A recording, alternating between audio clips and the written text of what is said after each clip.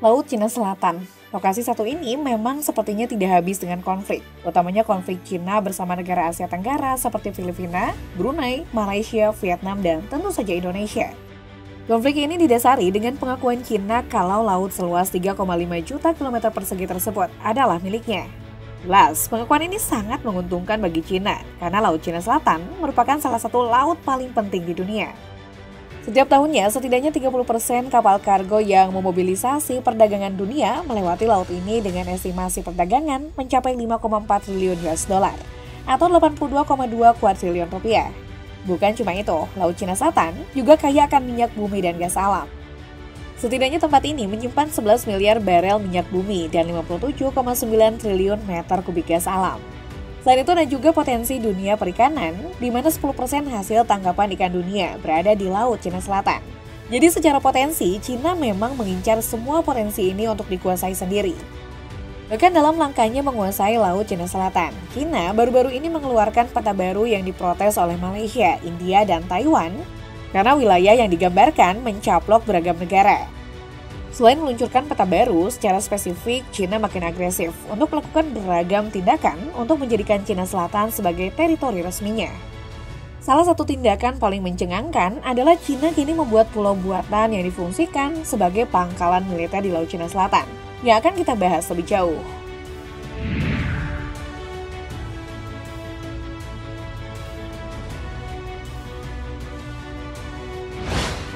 Sebagai salah satu negara terkaya di dunia, Cina memang seperti bisa membuat segalanya. Di tahun 2016 kemarin, Citra Satelit menemukan kalau Cina telah mulai membangun pulau buatan di Kepulauan Spratly. Padahal 2 tahun sebelumnya, pulau ini belum ada sama sekali. Hebatnya lagi bukan cuma satu pulau buatan ini yang dibuat Cina, tapi ada 7 pulau buatan yang Tiongkok pasang di Laut Cina Selatan. Pembangunan yang telah dilakukan sejak tahun 2014 ini telah mengubah laut yang cuma berisi terumbu karang menjadi pulau buatan yang bisa dihuni hingga ratusan orang. Dari apa yang dicitrakan oleh satelit, pulau ini dibuat dengan menggunakan kapal-kapal besar yang memompa pasir untuk menjadi daratan. Dalam waktu kurang dari 2 tahun, pulau buatan Cina ini sudah berisi pelabuhan laut, pangkalan udara lengkap dengan landasan pacu, bangunan yang bisa dihuni oleh 200 orang, serta ada juga perangkat operasi militer seperti radar dan juga sistem pertahanan udara. Usaha Cina untuk mengendalikan Pulau Spratly ini jelas untuk menduduki Laut Cina Selatan, karena berdasarkan hukum internasional, Cina tidak bisa mengakui pulau-pulau kecil tersebut, sebab jauh dari pulau utama Cina dan juga tidak berpenghuni. Makanya Cina membuat pulau buatan di sana agar saat infrastruktur dibangun dan ada penghuni dari negara mereka di sana, mereka bisa mengklaim wilayah Kepulauan Spratly. Tentu saja hal ini akan membuat kegaduhan bagi banyak negara di Laut Cina Selatan.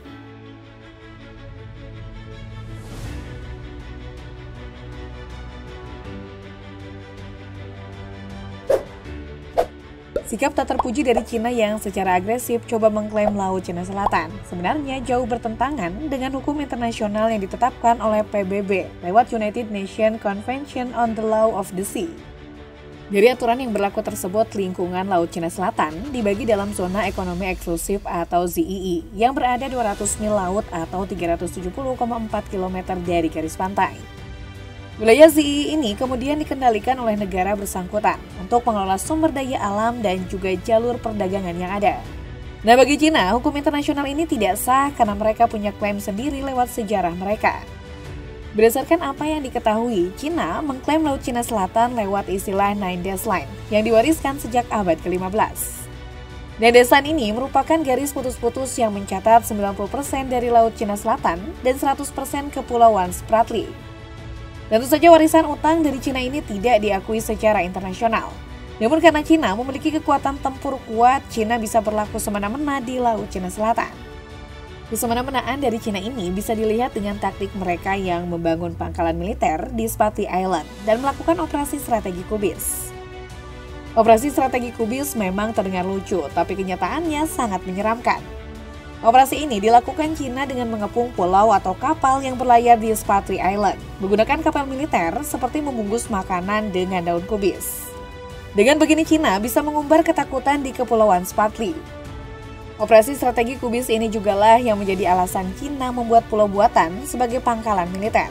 Semakin banyak pangkalan militer di Spratly Island, maka sumber logistik mereka juga akan semakin banyak untuk melakukan operasi militer. Nah, kelakuan kelewatan dari Cina ini bukan cuma di lautan. Karena di tahun 2015, negeri tirai bambu juga memperlakukan Air Identification Zone di atas Spratly Island. Dengan pemberlakuan status ini, semua pesawat yang akan lewat di atas Spratly Island harus melapor kepada Cina. Hal ini jelas sudah kelewatan.